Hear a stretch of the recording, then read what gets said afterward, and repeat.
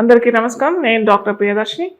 ఈ రోజు మనము డిసెంబర్ రాశి ఫలాలు ఎలా ఉంటాయి మనం తెలుసుకుందాం. తులా రాశి వారికి ఎలా ఉంటుంది మనం చూసుకుందాం. ఇప్పుడు తులా రాశిలో జన్మించిన వారికి అంటే లగ్నం తెలియని వారికి రాశి చూసినట్టయితే తులా రాశికి అధిపతి శుక్రుడు అవుతాడు. ఈ ఇన్ జనరల్గా ఈ లగ్నంలో ఈ రాశిలో పుట్టిన వాళ్ళకి ఏంటంటే శుక్ర కారకత్వాలు ఎక్కువగా ఉంటాయి.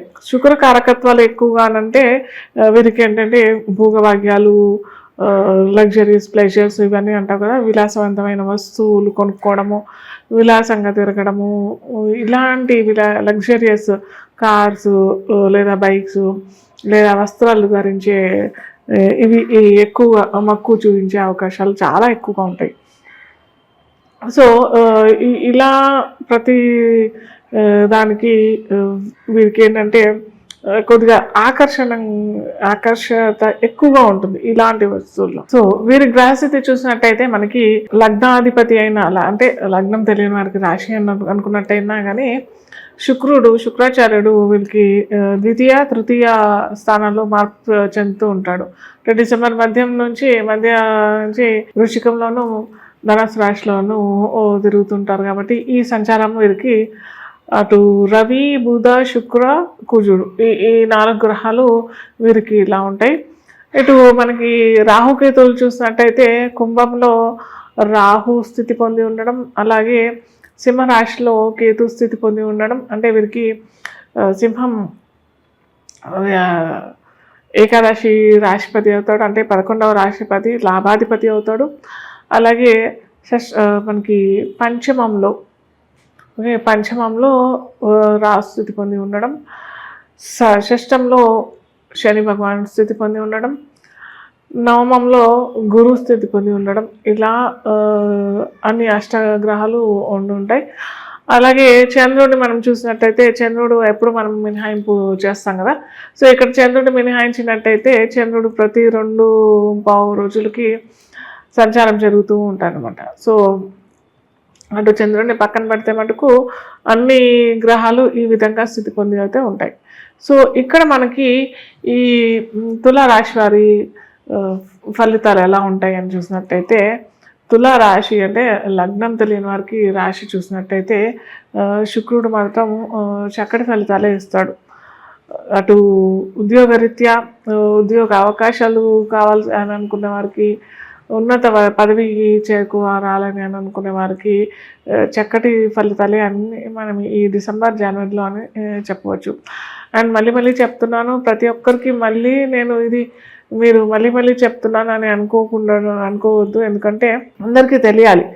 కేవలం మనకి ఓన్లీ రాశి ఫలితాలు మటుకే మనం చూసుకోవడం కాదు, అటు మన గ్రహచారము అంటే మన పర్సనల్ కుండలిలో అంటే రాశి చక్రంలో గ్రహస్థితి ఎలా ఉంది, అలాగే ఏమంటారు గోచార స్థితి. ఇప్పుడు మనం చెప్పుకునేది అన్ని రాశి ఫలితాలు అన్ని గోచార ఫలాలే అనమాట. ఆ గోచార ఫలాలు ఇద్దరికి 2 కంపేర్ చేసుకొని వాళ్ళ దశలు అంతర్దశలు అనుకూలంగా ఫలితాలు ఇస్తే మటుకు ఖచ్చితంగా వారికి మంచి ఫలితాలే వస్తాయని మనం చెప్పుకోవచ్చు. అయితే ఇక్కడ మనకి చెప్పుకున్నట్టుగా గురువు మంచి ఫలితాలు ఇస్తాడు. అటు ఉద్యోగరీత్యా విద్యార్థులకు కూడా నూతన అవకాశాలు లేదా ఫారెన్ వెళ్ళాలి అని అనుకునే వారికి చక్కటి అవకాశమే అని చెప్పవచ్చు. ఇప్పుడైతే ఇంకొకటి ఏంటంటే బాగా అందరికీ ఇబ్బంది పెట్టే విషయం ఏంటంటే ఫారెన్లో వెళ్ళి చిక్కుకున్న వారికి ఎలా అనే వారికి నేను ఎండ్ ఆఫ్ ది వీడియో నేను ఒకటి మంచి పరిహారం చెప్తాను. అలాంటి వారికి కూడా ఇక్కడ ఆ చిన్న పరిహారం చేసుకుంటే మటుకు సరిపోతుంది. ఇక్కడ గురువు అనుకూలంగానే ఉన్నాడు. రాహు, కేతు ఏంటంటే అందరికీ చెప్తూ ఉంటాను, కేతు కొద్దిగా దురాశ,